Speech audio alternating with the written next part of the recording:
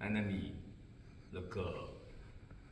Précise un peu la chose, le cœur. Je suis un gentilhomme de cette compagnie. Et toi, qui es-tu? Le corps. Un gentilhomme aussi, autant que l'empereur. Le cœur. Tu vaux donc plus qu'un roi. Le corps. Mais toi, quel est ton nom? Le cœur. Henri le Roy. Le jour de Saint-David. Le corps. Alors, reçois la figue. Le cœur. Merci bien. Dieu te garde. Entre nous soit dit, je crois que le roi n'est qu'un homme comme moi. La violette a pour lui la même odeur que pour moi. Le ciel se montre à lui comme il se montre à moi. Tout ce qu'il éprouve est soumis aux contingences humaines. Dépouillé de ses ornements, il est clair qu'il n'est qu'un homme en sa nudité. Aussi, quand il voit, comme nous, une raison de craindre, sa crainte, n'en doutez pas, est de même nature que la nôtre. Pourtant, raisonnablement, personne ne doit lui inspirer la moindre apparence de crainte, car s'il montre qu'il a peur, son armée peut perdre tout courage. Le corps. Mais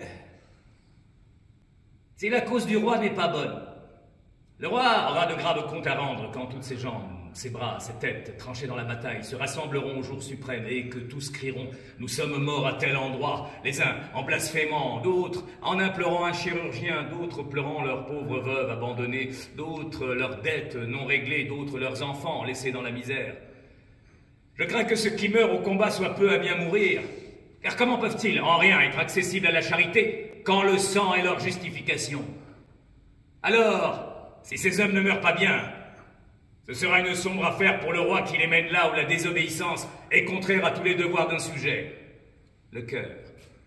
Donc, si un homme, un fils, que son père a envoyé faire du commerce, périt sur mer, en état de péché, on devra, selon votre règle, en imputer la souillure au père qui l'a envoyé.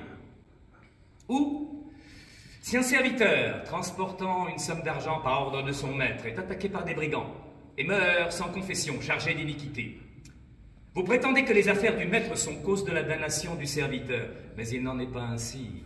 Le roi n'a pas à répondre de l'état des âmes de ses soldats, ni le père de celle de son fils, ni le maître de celle de son serviteur, car tous trois ne souhaitent pas leur mort en souhaitant leur service.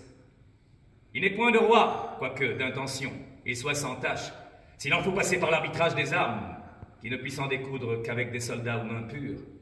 Certains, par aventure, ont peut-être commis et perpétré des meurtres.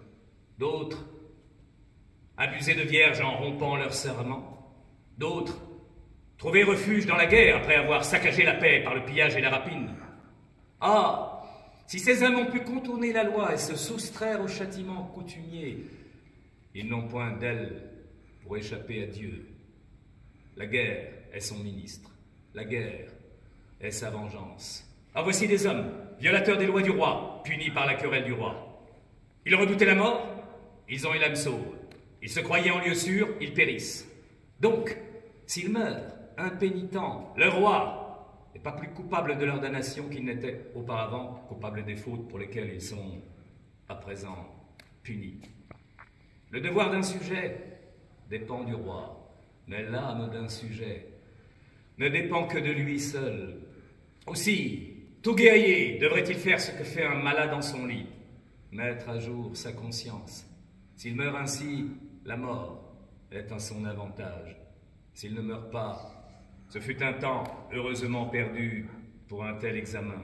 Et pour celui qui en réchappe, ce n'est point un péché de penser qu'ayant fait à Dieu offrande de soi-même, il le laisse survivre à ce jour pour contempler sa gloire et enseigner aux autres comment on s'y prépare.